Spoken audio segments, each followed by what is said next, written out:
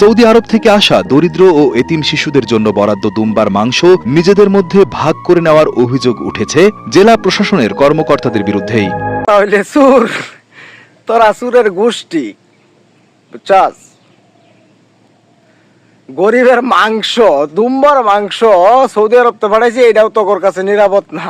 তাহলে গরিব কিরম নিরাপদে আছে তোর কাছে, এটা চিন্তা কর। একটা মাংস বানাইছে গরিব এতিম যারা আছে, মাদ্রাসার ছাত্র আছে, যারা এতিম পোলাবান আছে, ওগর লাগা। এটাও তোর চুরি রেখায় লাগবো, এটা তোরা চুরি রেখায়। গরিবের গু খায়ালবি, গরিবের গুয়ের মধ্যেও সেই স্বাদ, বুঝছস? গরিবের গুয়ের মধ্যে সার আছে। খালি সৌদি আরব তো হইব গেলে আমার সরকারে আমারে দে না, আমার সরকারে আমারে কম দে, আমারে চাল দে, ডাইল দে, আমার রেশন দে, আমার ভাতা দে, আমারে কত কিছু দে। আমার দেশের গরিবরে কত কিছু দে সরকার, এইগুলা চুরি রাখায় আল্লাহরা। আমরা যে গরিব খায়া পিন্দা বাচ্চা আছি, এটা হইলো আল্লাহর কাছে শুক্রিয়া।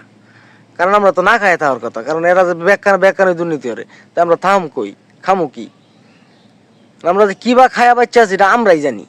কারে খালি হুমানে খাওয়া খাই, যে যারে খাইতে রো। দুনিয়ার হইলো খাওয়া খাওয়ির খেলা, যে যারে খাইয়া শেষ করে দিতে রো। বিশেষ করে গরিব রে খাইবা বেশি, আমরা গরিব যে আঙ্গরে খাইবা বেশি, কারণ আমরা আমগরে বেশি খাইলে তাই এটার মধ্যে শান্তি আছে, খাওয়ার মধ্যে মজা লাগে, আলাদা টেস্ট আছে খাওয়ার। ওইটা নিয়ম তো হইলো যে গরিব লাগে আইছে, গরিব করে যত পারি বিলি দেওয়ার লাগে বিলি করে দিয়া, লাস্টে যদি আমার কাছে থাকে একটু ব্লাইড আমি খামু না, দেবো না কিরম টেস্ট, যদি না খাই তাও সারি।